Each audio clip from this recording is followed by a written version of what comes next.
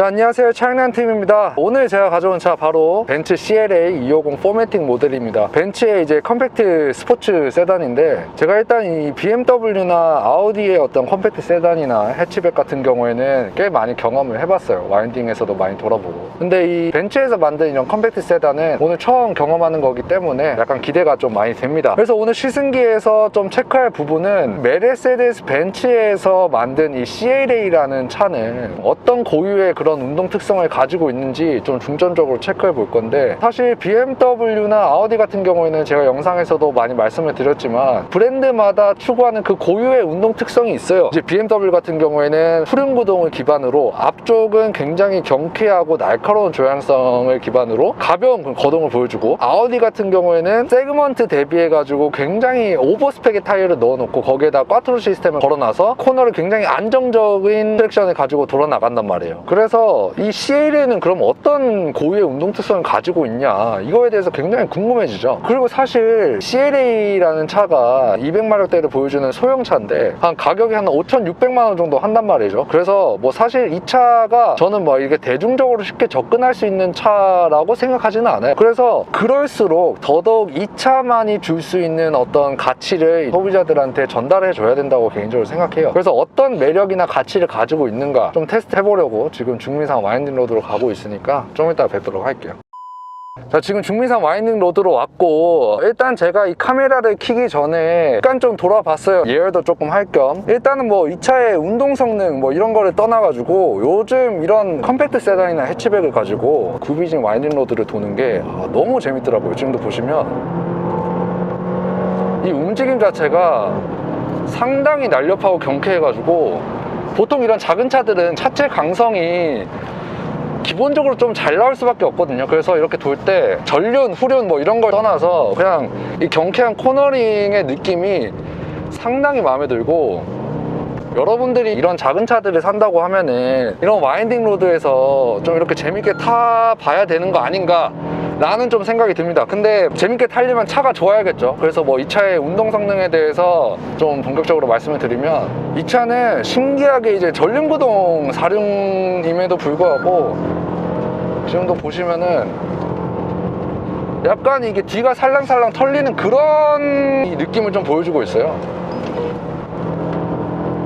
이게 뭐 도로가 미끄러워가지고 그런 느낌이 아니고 그냥 기본적으로 약간 오버? 그냥 뒤가 털리는 그런 성향이 보인단 말이죠. 이게 왜 그런가 좀 궁금해서 이 리어 서스를 좀 살펴본 결과, 이 차는 이제 전형적인 4링크 시스템을 사용하는 그 트레일링암 방식이 들어가 있더라고요. 그래서 이 트레일링암을 사용한다는 것 자체가 뒷바퀴의 앞쪽 부분을 이렇게 끌고 가는 역할을 하는 부품이기 때문에 어떤 뒷바퀴의 토우아웃 형상이나 캠버의 변화, 뭐 캠버의 변화는 만들어줄 수 있겠죠. 상관없으니까. 토우아웃 형상, 그러니까 뒷바퀴가 하중이 눌리고 빠질 때, 눌리면은 이 뒷바퀴가 벌어지면서 이 안정적인 트랙션과 접지력을 받아갈 수 있게 할 수 있는 구조는 솔직히 아니에요. 그래서 약간은 좀 아쉬운 게 포매틱 시스템을 넣어놨잖아요. 그래서 그 포매틱 시스템 같은 경우에는 뭐 뒷바퀴의 구동을 50%까지 이제 보내줄 수 있다고 하는데, 그렇게 된다고 하면은 이렇게 코너를 돌 때 하중이 뒷바퀴에다 실릴 때 구동력이 가는 동시에 이 토우와 형상을 만들어줘서 조금 더 트랙션을 끌어내줄 수 있다면, 이런 뒤가 털리는 현상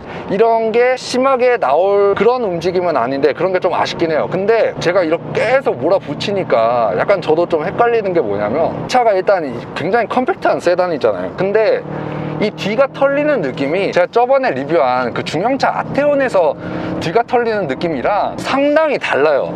이게 그런 중형차들 같은 경우에는 휠베이스도 길고 뒤가 털리다 보면 약간 그 하중 자체가 무너지면서 운전자에게 실제로 굉장히 불안함을 주거든요. 근데 이 차 같은 경우에는 그 뒤가 털리는 느낌이 불안함을 주지는 않아요.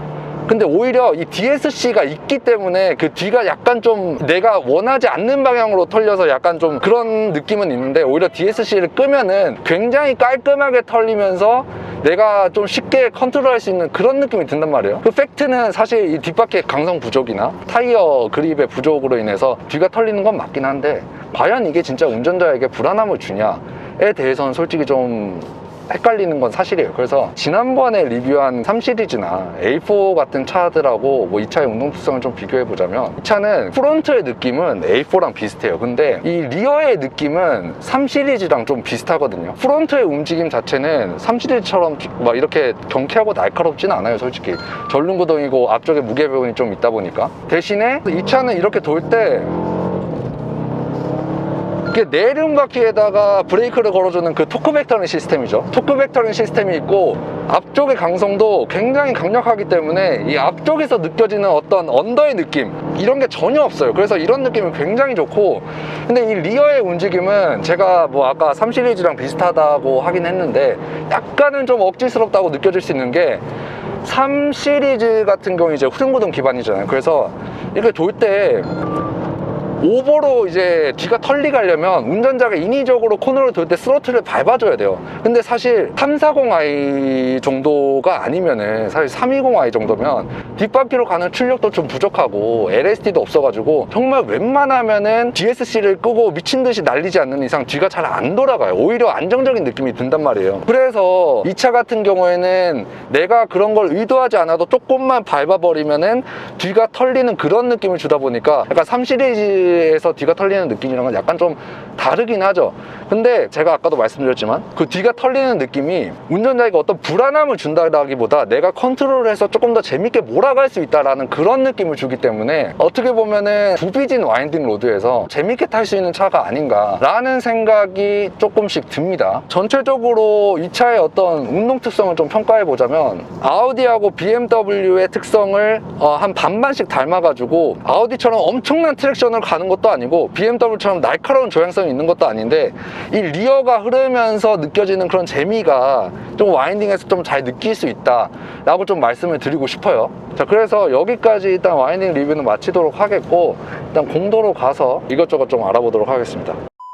자, 여기까지 보시고 이 차에 관심이 생기신 분들은 제 옆에서 이제 멀미를 하면서 고생하시는 벤츠 모턴 일산전 시장에서 근무하고 계시는 잘생기신 박동희 주인님께 연락 한번 주셔가지고 저 보고 왔다고 하시면 정말 친절히 좋은 조건으로 안내 드릴 수 있으니까 꼭 한번 연락해 주시면 좋을 것 같아요.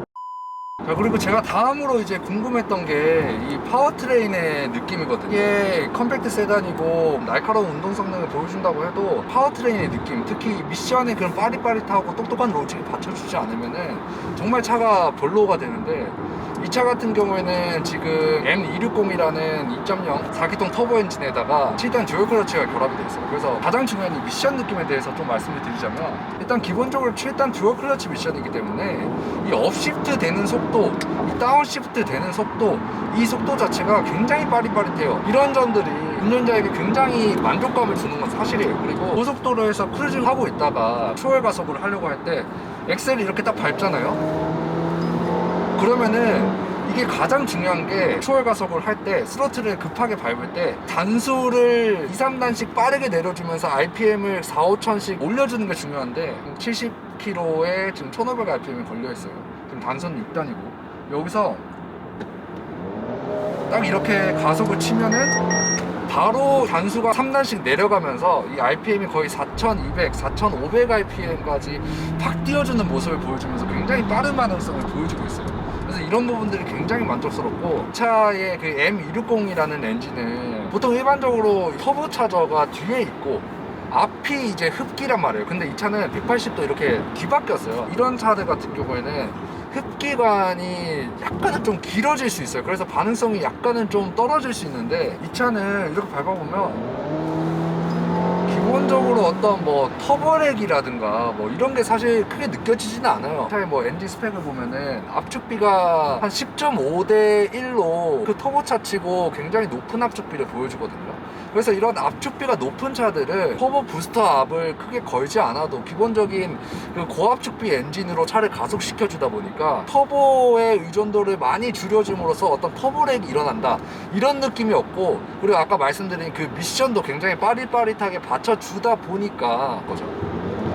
지금도 보면 어떤 터보 차저가 어떠한 RPM 영역에서 적극적으로 개입한다는 느낌은 없고 굉장히 자연흡기스럽게 차가 가속이 된다 라고 좀 말씀을 드릴 수 있을 것 같아요. 그리고 다음으로 이 차의 승차감에 대해서도 좀 말씀을 드리고 싶은데, 소형 컴팩트 세단이나 해치백을 타면서 느껴본 어떠한 승차감보다 굉장히 안락한 컴포트한 승차감을 보여주고 있어요. 지난번에 그 1 시리즈나 미니하고 비교하자면 이게 약간 그냥 아예 다른 레벨의 차를 타고 있는 것처럼 그냥 일반적인 요철을 먹어주는 그런 느낌이나 방지턱을 넘을 때 그런 느낌도 굉장히 컴포트했거든요. 왜 그럴까 싶어가지고 이 차의 뭐 하체를 좀 봤는데, 일단 프론트 서스를 좀 보시면은 이 컨트롤암 자체가 스틸이 아니고 알루미늄 합금 소재로 되어 있어요. 보통 이 정도 급이라고 하면은 알루미늄 합금 소재를 컨트롤암에다가 넣어주는 경우를 저는 처음 봤거든요. 사실 이렇게 돼버리면은 그 현가 질량을 굉장히 낮출 수 있음으로써 진동의 간선 지수가 빨리 사라지게 하는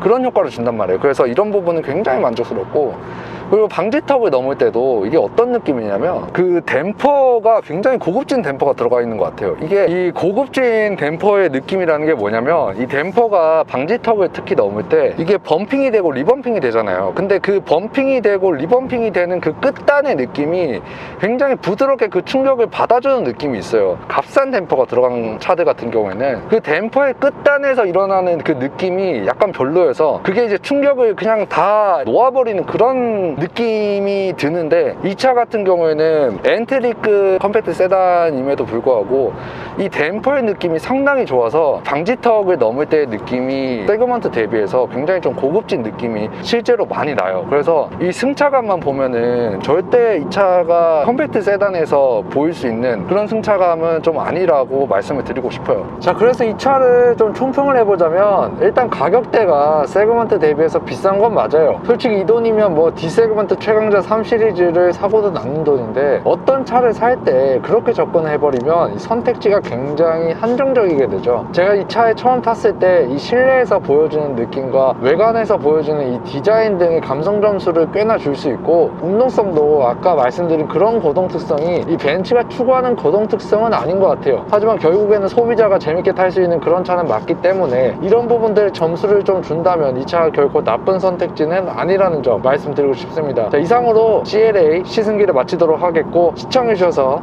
감사합니다.